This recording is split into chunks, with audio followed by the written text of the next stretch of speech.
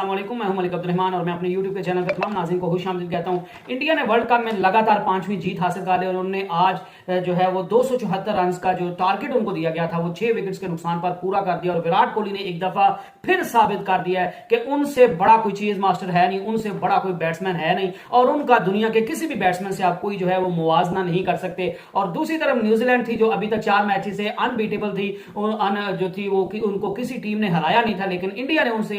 जो टाइटल था ना हारने का वो टाइटल छीन लिया है। और दूसरी तरफ पाकिस्तान है, हमारा मुल्क है, हमारी प्यारी जान, हमारी आन, हमारी शान पाकिस्तान है जो वर्ल्ड कप में जो है वो शदीद मुश्किलात का शिकार है। और उसकी सबसे बड़ी वजह यह है कि बाबर आजम की नाकिस कप्तानी, पुअर सिलेक्शन और गलत फैसले और डिजर्विंग प्लेयर्स को ना खिलाना, जिस बंदे की जिस जगह पे जो है वो जगह बनती है उसको वहां पे ना खिलाना जो है वो पाकिस्तान के लिए वर्ल्ड कप में सबसे बड़ी जो है वो दर्द सर बनी हुई है। इसी चीज का नतीजा पाकिस्तान को एशिया कप में देखने को मिला और यही चीज जो है पाकिस्तान को वर्ल्ड कप में बार बार देखने को मिल रही है। आप ओपनिंग में देख लें, आप जो है वो मिडिल ऑर्डर में देख लें, आप स्पिनर्स में देख लें, आप फास्ट बॉलर्स में देख लें, हर तरफ जो है वो यारियां दोस्तियां आपको जो है वो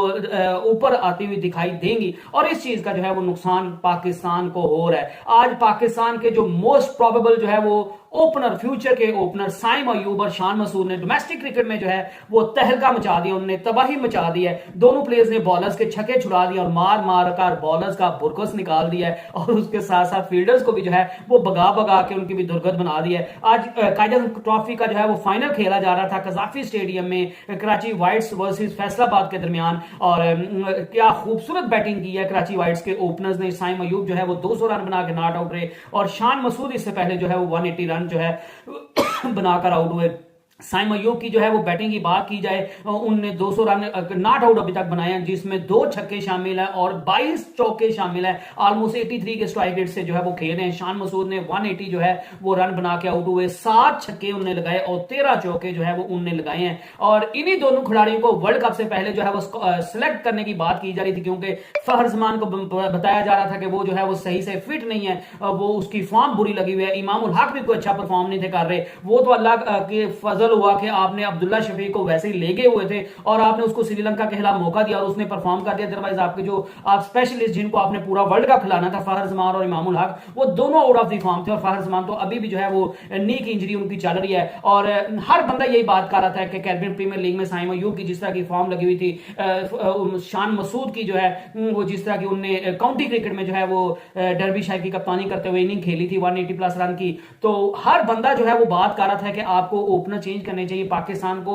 जो है वो ऐसे ओपनर लाने चाहिए जो पावर प्ले में दूसरी टीम का जो है वो परखच्चे उड़ाने का जो है वो अहलियत रखती हो। लेकिन जब भी साइम अयूब का नाम लिया गया, हर बार जो है वो साइम अयूब को यह कहकर धुतकार दिया गया कि साइम अयूब तो भाईजान है ही, वो T20 का प्लेयर है, शान मसूद तो टेस्ट प्लेयर है। तो आज दोनों ने साबित कर दिया है, सिलेक्शन जो सिलेक्टर्स हैं उनके मुंह पर जो है वो जोरदार तमाचा रसीद कर दिया और पाकिस्तानी टीम की जो सिलेक्शन है जिसकी बदौलत पाकिस्तान को इबरतनाक शिकस्तें हो रही हैं, उनके जो है वो आज उनके मुंह पर कालिक पोत दी है शान मसूद और साइम अयूब की बेहतरीन इनिंग्स ने। और उन्होंने साबित कर दिया कि ये they are the most deserving candidate for the world cup, लेकिन उनको जो है वो खिलाया नहीं गया। वो बाबर आजम की दोस्ती, यारियों और उनकी हटधर्मी की जो है वो नजर हो गया। इसी तरह पाकिस्तान के स्पिन अटैक की बात कर ले तो पाकिस्तान के स्पिन अटैक में शादाब खान बिल्कुल आउट ऑफ द कलर है, Mohammad Nawaz out of the colour है, आपने अबरार अहमद को जो है वो मेन स्क्वाड में नहीं लिया, आपने इमाद वसीम जो कि भरपूर फॉर्म में था और आपको बैटिंग ऑप्शन भी दे सकता था।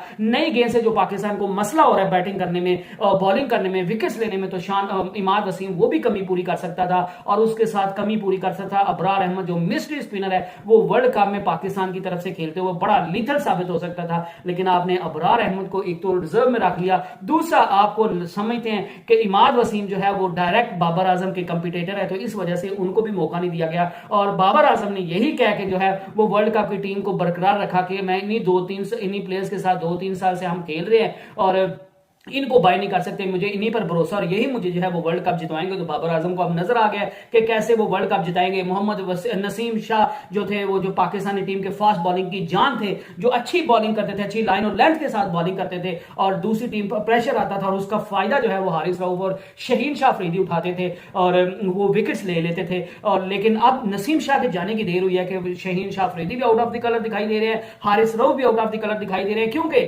अब नसीम शाह जैसा कोई बॉलर है ही नहीं जो दूसरी टीम पर जो है वो प्रेशर डाले और शहीन शाह अफरीदी जो है वो विकेट्स ले या हारिस रऊफ जो है वो विकेट्स ले सके। तो बाबर आजम की जिद हठधर्मी जो है वो पाकिस्तान को नुकसान दे रही है।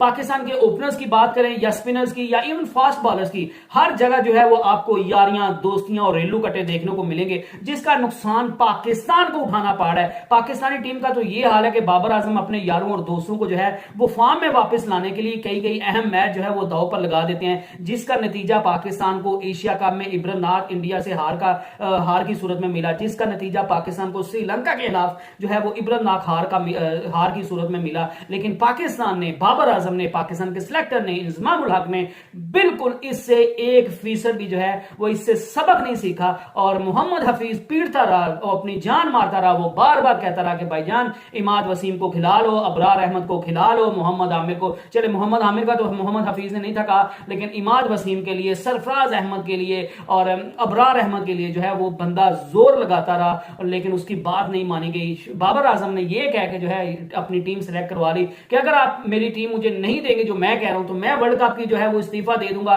मैं कप्तानी से भी इस्तीफा दे दूंगा और मैं वर्ल्ड कप भी नहीं खेलने जाऊंगा। और ये ज़का अशरफ ने जो है वो प्रेशर में आ गए और उनने जो है वो बाबर आजम को फ्री हैंड दे दिया। और इंजमाम उल हक इतना बड़ा प्लेयर होने के बावजूद जो है वो बाबर आजम के सामने लिटरली जो है वो लेट गया, जिसका नुकसान सिर्फ और सिर्फ जो है वो पाकिस्तान को उठाना पड़ रहा है। और अब इसी चीज से बाबर आजम की कप्तानी भी खतरे में पड़ गई है। बाबर आजम का इवन उन्होंने अपने कैरियर को दाव पर लगा दिया है और इंजमाम उल हक जो है वो भी अब नाराज देख रहे हैं, वो भी चीफ सेलेक्टर का ओहदा छोड़ना चाहते हैं। ज़का अशरफ जो है वो उनकी कुर्सी भी हिलने लग गई है, उनको तो ये तक नहीं पता कि शहीन शाह अफरीदी जो है वो बैट्समैन है या बॉलर है। और वो इतने नाअहल, इतने फजूल तरीन बंदे हैं कि उनको किसी बॉलर का या किसी बैट्समैन का एग्जैक्ट पता नहीं होता कि ये बैट्समैन है, बॉलर है, ये कब बॉलिंग करता है, ये तेज बॉलिंग करता है, स्पिन बॉलिंग करता है। वो बस जो है वो पीसीबी के चेयरमैन बने हुए हैं, इंडिया में गए हैं, उनने बाहर के दौरे शोरे किए हैं, अभी वर्ल्ड कप में इंडिया गए थे, अपनी फैमिली को चक्कर लगवाए हैं और उनका काम पूरा हो गया। और अब उनकी 4 महीने का उनको टाइम दिया गया था सिलेक्शन, आपको क्रिकेट बोर्ड में उनने इलेक्शन करवाने थे और 4 नवंबर तक जो है वो उनकी लास्ट डेट थी, उनका ओहदा रहना था और उन्हें सिर्फ और सिर्फ इसी वजह से इलेक्शन नहीं करवाए कि अगर इलेक्शन करवाए गए तो मैं शायद ना रहूं। और यकीनन वो ना रहते, जिस तरह की पाकिस्तान की एशिया कप में परफॉर्मेंस है, जिस तरह की जो है वो वर्ल्ड कप में परफॉर्मेंस है, वो यकीनन ना रहते। लेकिन अब ज़का अशरफ की कुर्सी भी जो है वो हिलने लग गई है और मियां मोहम्मद नवाज शरीफ जो है वो वापस आ गए हैं और उनने जो है वो आते साथ ही हर साइड पे जो है वो थरथली शुरू कर लिया। पीटीआई वालों के लिए तो मुश्किलात पैदा हो रही है, दूसरी तरफ ज़का अशरफ जो कि जरदारी के जो थे वो जरदारी भुट्टो, बिलावल भुट्टो और जरदारी के जो है वो नॉमिनेटेड बंदे थे, जिनका काम जो है वो बिजनेस करना था, जिनका काम जो था वो गन्ने के रेट्स मुकर्रर करना था, जिनका काम जो है वो शुगर के बिजनेस को चलाना था, उसको जो है वो पीसीबी का चेयरमैन बना दिया, जिसको अल्लफ बे का जो है वो क्रिकेट का नहीं पता। और उन पर तो यहां तक इल्जाम लगते रहे कि वो बस कठपुतली के तौर पर एक्ट कर रहे हैं, वो सिर्फ और सिर्फ जो बोर्ड को चला रहा है तो वो उनका बेटा जो है वो पीछे बैठकर चला रहा है। और ज़का अशरफ तो इतने कान के कच्चे हैं, उनको इतने नाअहल है, इतने जो है वो फजूल तरीना, और उनको क्रिकेट की अल्फ बे नहीं पता। इसका आपको अंदाजा इस चीज होगा कि वो कोई भी फैसला करते हैं तो वो क्रिकेटर से मशवरा करके करते हैं। आपको खुद थोड़ा अंदाजा होना चाहिए कि क्रिकेट में क्या हो रहा है, क्या बेहतर है, क्या बेहतर नहीं है। ठीक है, आप क्रिकेटर से मशवरा जरूर कीजिए, वो आप जो है वो करें, लेकिन आपको खुद में भी आपका खुद का भी कैलिबर होना चाहिए। और यही पाकिस्तान का मसला है, जब आप सही जगह पे सही बंदे को नहीं लेके आते तो फिर उस जो है वो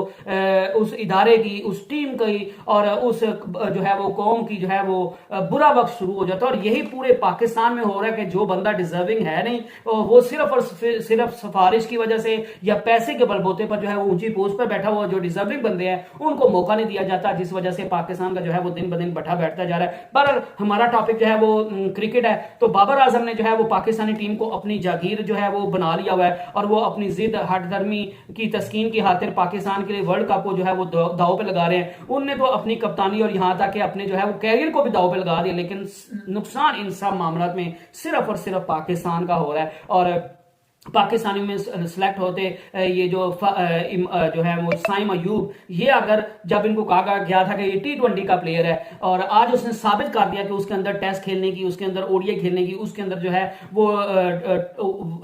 T20 खेलने की, तीनों फॉर्मेट खेलने की जो है वो क्षमता है। वो अगर इसको सही से यूज किया जाता है तो ये पाकिस्तान क्रिकेट के लिए जो है वो एक खतरनाक बैट्समैन बन सकता है। और बड़े अरसे के बाद जो है वो इतनी साउंड टेक्निक का लेफ्ट हैंडेड बैट्समैन पाकिस्तान को देखने को मिला है। सईद अनवर जिस तरह का प्लेयर प्लेयर था। साइम अयूब जो है वो पाकिस्तान के लिए बड़ा नाम कर सकता है। ये दायरे के अंदर जो पाकिस्तान ने अभी वर्ल्ड कप में पाकिस्तान की टीम की तरफ से छक्के बहुत मुश्किल से लग रहे हैं। मेहर से अब्दुल्ला शफीक ने और इफ्तिखार अहमद ने पिछले मैच में छक्के लगाए हैं। उससे पहले 3 मैचेस में तो पाकिस्तान की तरफ से किसी ने कोई छक्का ही नहीं लगाया। तो ये साइम अयूब जो है वो कमी पूरी कर सकते हैं। और जिस चीज की आज का मॉडर्न डे क्रिकेट में जो है वो जरूरत है, जिस चीज की मॉडर्न डे में जो है वो आज डिमांड करती है कि ये चीज होनी चाहिए क्रिकेट में, तो साइम अयूब उन सारी चीजों को जो है वो पूरा कर सकते हैं। और साइम अयूब जो है वो दायरे के अंदर जब होंगे, प्लेयर्स दायरे के अंदर होंगे तो ये उठा उठा के बाहर फेंक सकता है। और उनकी जो नो लुक शॉट है, जो देखे बिना शॉट पीछे की मारते हैं, कमाल की शॉट मारते हैं। और उनने जो है वो कैरिबियन प्रीमियर लीग में भी तबाही मचाई थी। और अब जो है वो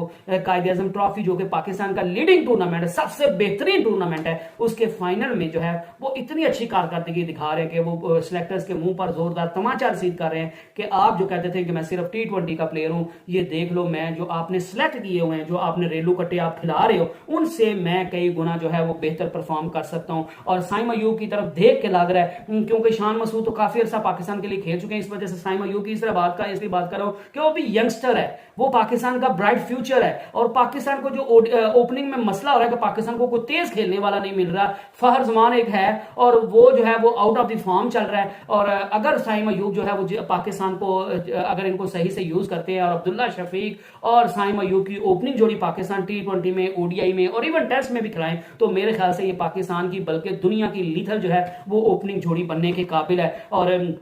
गो के इमामुल हक जो है वो अच्छा खेल रहे हैं, अच्छा खेलते हैं, लेकिन वो जब प्रेशर सिचुएशंस होती हैं तो पाकिस्तान की टीम को निकाल नहीं पाते। वो अपने खुद गर्जाना क्रिकेट खेलते हैं, वो अपने लिए रन बनाते हैं, टीम को कोई फायदा नहीं पहुंचाते। और वो जो है वो जब भी पाकिस्तान की टीम को बैडली जरूरत होती है उनके ओपनिंग अच्छे जो है वो अच्छी ओपनिंग की या अच्छी हिटिंग की, तो इमामुल हक जो है उसमें अक्सर नाकाम दिखाई देते हैं। वो ज्यादा एंकरिंग पे जोर रखते हैं। तो पाकिस्तान को साइम अयूब जैसा बड़ा प्लेयर जो है वो चाहिए। और अब वर्ल्ड कप में तो नहीं आ सकते, तो हम उम्मीद करते हैं कि वर्ल्ड कप के बाद जो है वो बाबर आजम की कैप्टेंसी भी जाएगी, क्योंकि पीसीबी जो है वो बाबर आजम से कैप्टेंसी के तौर पर भी नजर आ रहा है। वो समझ रहे हैं कि बाबर आजम अच्छे फैसले नहीं कर रहे, सही से प्लेयर्स को यूटिलाइज नहीं कर रहे, सही से फील्डिंग नहीं प्लेस कर रहे, सही से बॉलिंग चेंजेस नहीं कर रहे, और जिसकी वजह से पाकिस्तान को जो है वो मुसलसल नाकामी का मुंह देखना पा रहा है। तो इस वजह से पीसीबी जो है वो बाबर से काफी नाकाम, उनसे काफी जो है वो खफा दिख रहा है। तो अब पीसीबी जो है वो देखने जा रहा है, वो मोहम्मद रिजवान की तरफ जो है वो देखने जा रहे हैं, शाहीन शाफरीदी की तरफ देख रहे हैं कि इनमें से जो है वो किसी को कप्तान बनाना चाहिए। और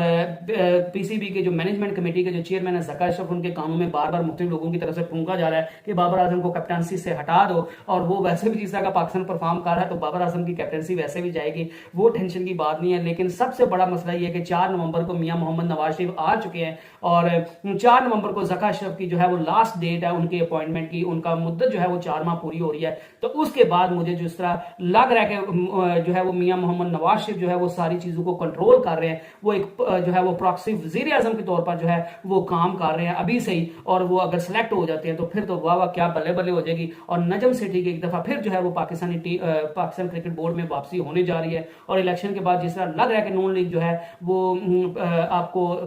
इलेक्शंस में जीत जाएगी, और अगर गवर्नमेंट जो है वो नून लीग की होगी तो उससे जो है वो नजम सेठी जो है वो उनका जो है वो पल्ला काफी भारी दिख रहा है। और वो पाकिस्तान के अगले लॉन्ग टर्म के लिए पाकिस्तान को जो है वो सर्व करते, पाकिस्तान क्रिकेट बोर्ड को सर्व करते हुए आपको दिखेंगे, और उनकी किस्मत एक दफा फिर जो है वो जागने वाली है। तो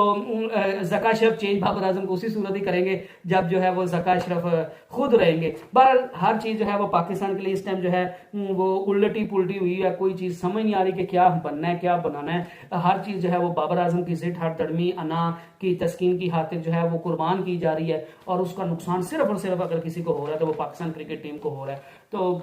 हम उम्मीद करते हैं कि पाकिस्तान जो है वो पाकिस्तान के लोग ईमानदारी से काम करने लग गए, और जो बंदा डिजर्विंग, जिस भी पोस्ट के लिए जो डिजर्विंग बंदा है उसी पोस्ट पे उसी को लाया जाए ताकि पाकिस्तान जो है वो तरक्की कर सके। नेक्स्ट वीडियो तक स्टे ब्लेस्ड, स्टे ट्यून्ड, अल्लाह हाफिज।